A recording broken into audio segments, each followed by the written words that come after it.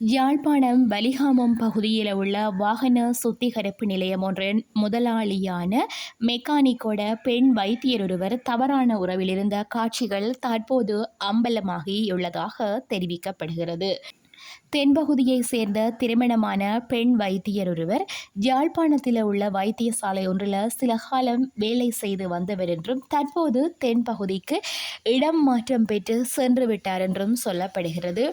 அந்த காணொளிகளை அம்பலப்படுத்தியமை தொடர்பாக கொக்குவில் பகுதியில் உள்ள தொலைபேசி விற்பனை நிலையத்தில் பணியாற்றும் யுவதியும் மெக்கானிக்கின் வாகன சுத்திகரிப்பு நிலையத்தில் கடமையாற்றும் இளைஞனும் போலீசாரால் விசாரணைக்கு உட்படுத்தப்பட்டிருக்கிறார்கள். பெண் வைத்தியரோட அந்தரங்கமாக இருக்கும்போது இருவரும் சேர்ந்து எடுத்த காணொளிகளில் ஒன்றுதான் வெளியாகியிருந்தது.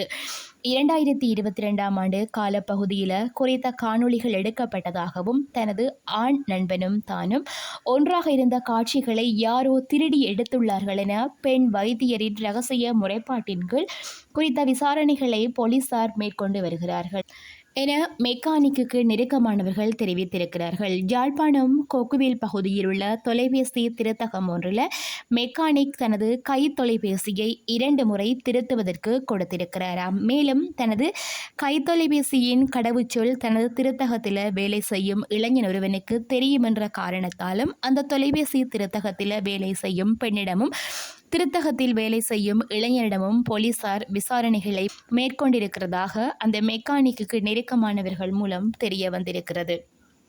சிலர் இவ்வாறான தகவல்களை நாங்கள் பதிவிடுகிறதால உங்களுக்கு தேவையில்லாத வேலை, இது பொதுவெளியில் பகிரக்கூடாது அப்படி என்று சொல்லுகிறார்கள். ஆனாலும் அதையெல்லாம் தாண்டி இந்த தகவலை நாங்கள் பதிவிடுவதற்கான காரணம், இவ்வாறான தவறுகளை செய்பவர்கள் அதை காணொளி எடுக்கத்தகாத ஒரு விடயத்தை நீங்கள் உங்களுடைய தொலைபேசியில் காணொளியாக எடுத்து வைத்திருப்பது மிக மிக தவறான ஒரு விடயம். இதனால் தற்போது பாரிய பிரச்சனையே ஏற்பட்டிருக்கின்றது. ஆகையால் அந்த தவறுகளை இனி யாரும் செய்யக்கூடாது என்பதற்காகத்தான் இவ்வாறான விடயங்களை பதிவிடுவது.